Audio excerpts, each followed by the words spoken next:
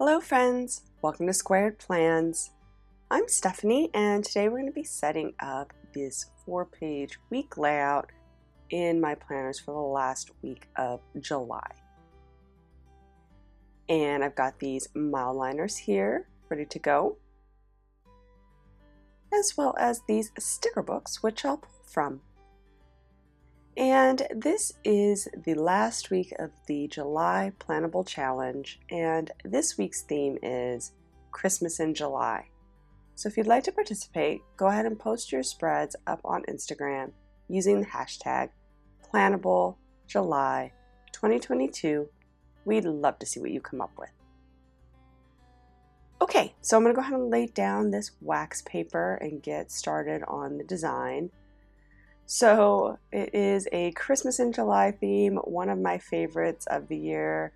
Same for Catherine over at Planogram. When we come up with these themes every year, we always think about doing a Christmas in July theme just because, you know, Christmas is such a short time frame at the end of the year, and it's just nice to bring some Christmas spirit into a different season.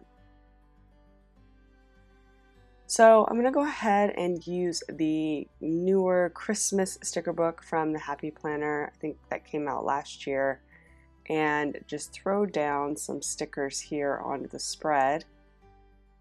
I decided that I was going to do just a fun, eclectic border theme using items from this book and then maybe some as well from the previous Christmas book from the Happy Planner. The colors are a little different. The previous book, I think it's called Merry and Bright, has more brown tones in it, and this one has, I would say, more a modern color scheme. So the other one, I don't know, they're similar but not super close. You'll see what I mean when I try to find other stickers from that other book. So for a majority of the stickers, I'm going to be using these stickers from the Christmas sticker book in this more like red, green, almost like a teal green tone as well, and the olive green. Oh, and also a pink. I'm really trying to limit the color palette as much as I can, but in order to really have enough stickers to fill the idea that I have, I really don't have a choice because there's a limited amount of stickers in each, and I don't want it to look too repetitive with the same stickers. So I think I'm just going to kind of stick with that red pink tone is like the warm tones, and then the teal, well, it's more like a mint green, and olive green for the greens with a little bit of evergreen mixed in. So mainly red and green, but some alternative variations on each of those. To make it less complicated.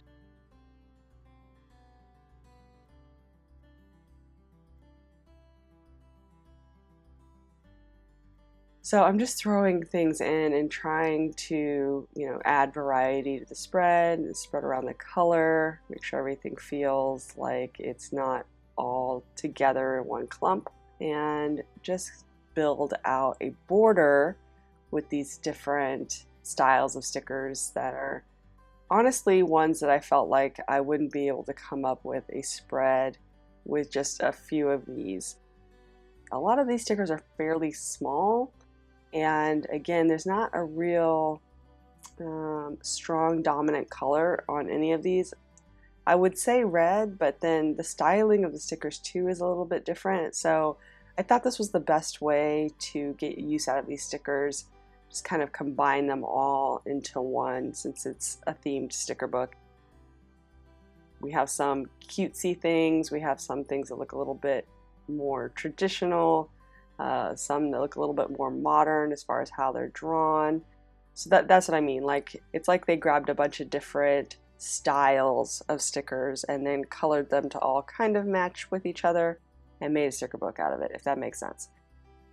So although I like having stickers and I love the Christmas themes, it's a hard book to work with as far as building out a spread that feels like it's part of one big thing.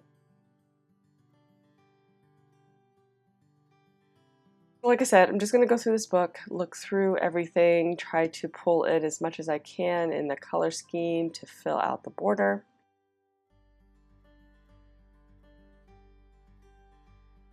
I do have a little bit of a strategy as I'm pulling stickers. So at the bottom, I'm trying to pull the stickers that I feel like need to have an anchor at the bottom. So like the cars, I feel like they need to be driving on something and not just floating.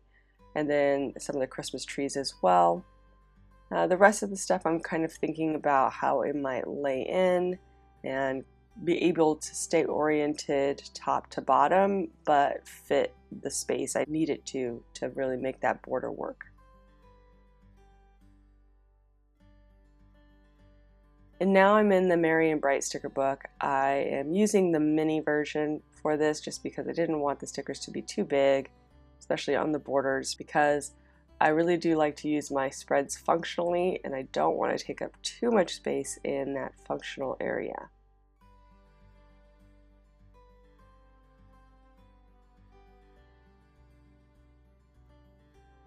So I'm pulling in some stickers now from, again, that Merry and Bright sticker book.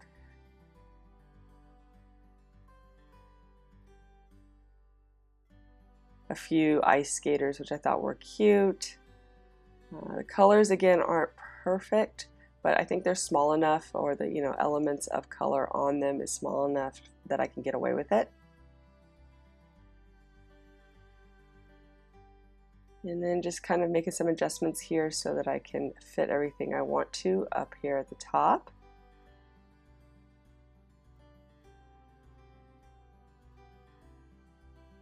I do like clear stickers because you can cut them down and really not have to worry about weird cuts showing up.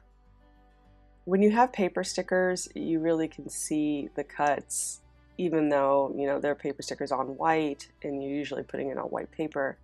But it's just something I never really liked about paper stickers when they're being used for decor.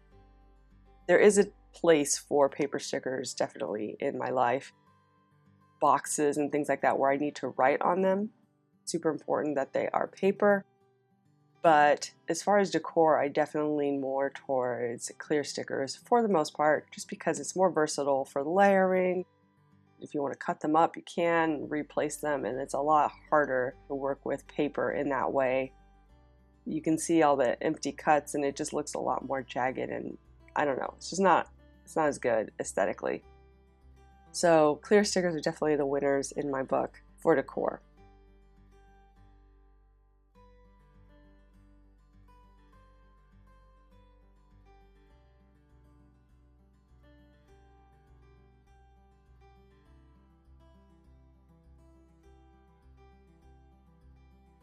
And I think I'm getting pretty close to the end of this. I am doing a little bit of rearranging and adjusting just to make sure I get everything really filled in, find a space for everything I want to include, making small adjustments so that it feels full but not overwhelming.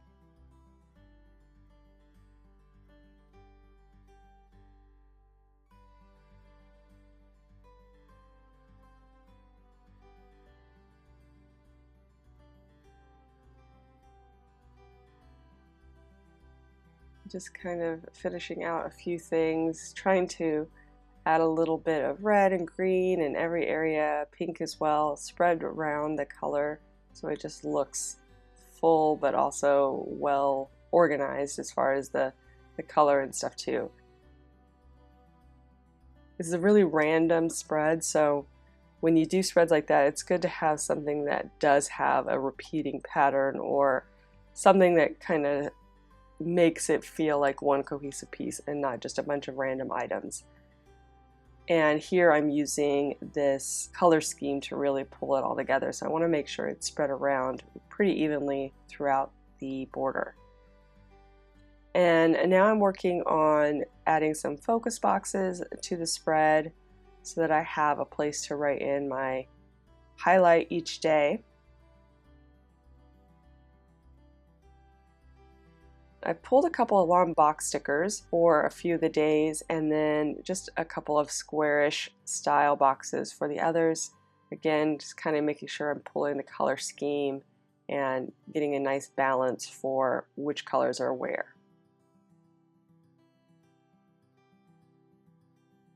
So it's time to start putting the stickers down onto the spread. I will be trying to roll these off. I don't know if I started with the right technique as far as a roll off, doing it on the diagonal with this border, since there's no stickers in the middle as you get away from the corners. So it did get kind of hairy scary there in some areas, but I think I figured out how to get it done on the second spread a lot better.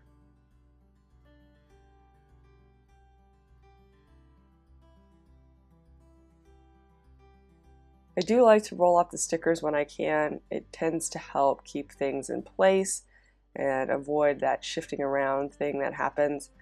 But the downside of that is if the stickers aren't touching, sometimes it can be a little bit challenging to roll those stickers off properly. So there is some roll-off struggles here throughout this video, but overall, I think that was the best way to go, just to make sure everything was where I had placed it originally and I didn't get the spacing kind of shifted, because that will happen, especially with a lot of smaller stickers. If you're trying to lay them in by hand again, you can really get some shifting and then you lose the spacing that you had before and things don't fit the same, and then yeah, it's like a puzzle. So I've learned that the hard way. So the best way to do it is to roll it off if you can, with smaller stickers for sure. It's just a little bit more tricky.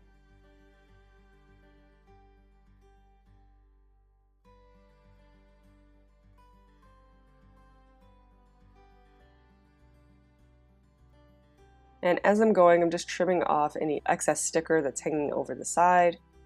Most of it is just going to be trash stickers, but occasionally there'll be a piece or two that I can reuse, and I will save that for a later part of the spread. Maybe try to add it in where there might be a hole, or add it to the next spread that I'm going to be doing with the theme.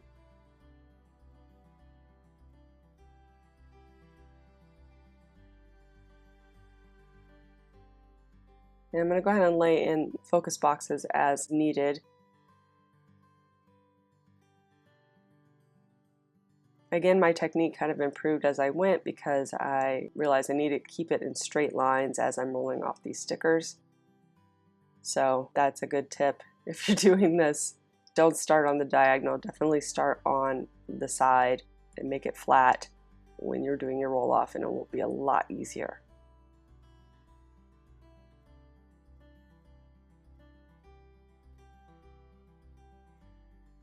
I'm trying to be careful on certain things not to roll it off, because I want to place it by hand in case it needs to be extra straight, like that focus box there. So I'm just being mindful when I roll things off, how far I'm going with it.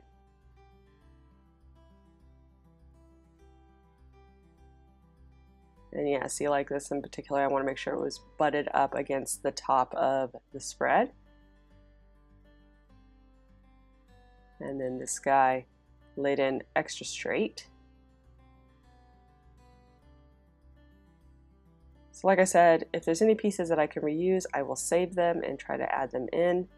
And then the rest that are just the little clear nubbins and things that are just trash, I'll get rid of here in 1 second. One thing I never really mentioned are these scissors that I have. I picked these up at Michael's maybe 2 years ago, and they are from Fiskars. I don't ever really talk about them, but one thing that I wanted to note is that these are coated with, I don't know if it's Teflon or something like that, but they're coated stickers. I'll have to look it up. And they make it really easy to remove stickers, so you don't get that sticky gunk stuck onto your scissors after cutting stickers over and over again, if you know what I mean. I had another pair of scissors that were just regular scissors with, you know, metal shears, or whatever you would call the the cutting element of the scissors, and it would just constantly get gunked up. These are great because I can pull off the stickers and there's never any residue left over, which is a real highlight. So I just wanted to bring that up. If you are new to planning, looking for tools that might help you, look for some stickers like this. If you want, I'll try to find the link and put it down in the description below if that's something you're interested in. So okay, I have the full spread ready to go on the first one, and now we're moving to the second one. I had pre-planned it out because I knew it was going to take me a while to set up these borders, so I decided just to do one off camera, kind of get an idea of how it was going to look, and then do one on camera so you could see the whole process of how I kind of put things together. So this one's ready to go. We'll just go ahead and peel it off of the wax paper. And again, I kind of forgot my own technique. It started in the diagonal. Don't start in the diagonal, people. Again, kind of made that adjustment after I figured it out that I was doing it again, and went back to doing the straight lines.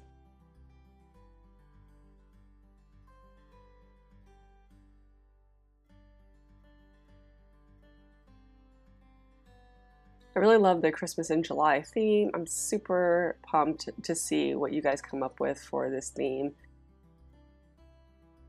I was really thinking of doing something with a more tropical theme, like almost like a Hawaiian Christmas, because it's, you know, summertime. But in the end, I just needed to kind of do something somewhat simple and something that I was comfortable doing without having to do a lot of trial and error, because this week I am super busy. So you know what I mean? Like when you guys are really just overwhelmed with things that you need to do, it's hard to sit down and really be creative with your planner spreads. It's like kind of sucks the creativity out of me, at least when I'm busy and have a lot to do. So the week that I was doing this is Comic-Con week. Actually, this will be going up while I'm at Comic-Con. So that was one thing that was really preoccupying my time and mental capacity. Plus, I had a lot of due dates this week. So I really wanted to make sure that I was able to get this done, have it ready to go for next week, but also not tax myself creatively, and keep it simple, if you will, so that I would make sure that it was not too taxing on my brain.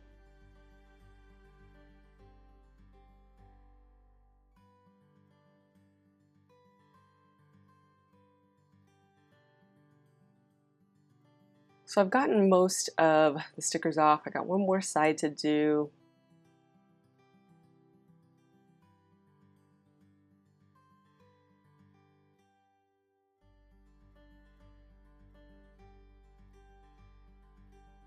I've laid in the focus boxes, and we will lay in this last side. And this quote I cut off. There were some like gold lines on the top and the bottom of Warm and Wishes. I cut that off because I didn't want to have gold foil introduced into the color scheme. So there are a lot of gold highlighted stickers there in that book, the Christmas book, but again, I really wanted to limit the color scheme.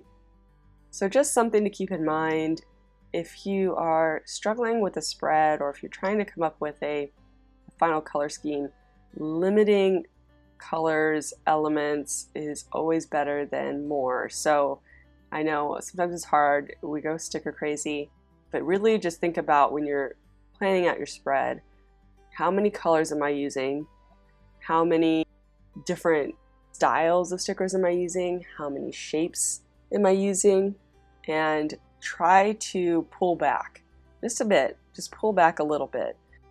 Here you can kind of see that the colors I'm using are predominantly red and green, and the pink is almost like a shade of red, and the green, you know, there's different shades of green, but it's still green.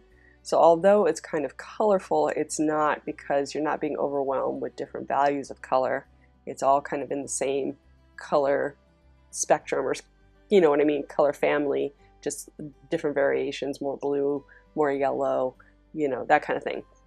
Yeah, just a tip, if you are struggling with creating a good spread, think about color and really pull back on the color. You can go crazy with different elements if you have less color. So just a tip for the future.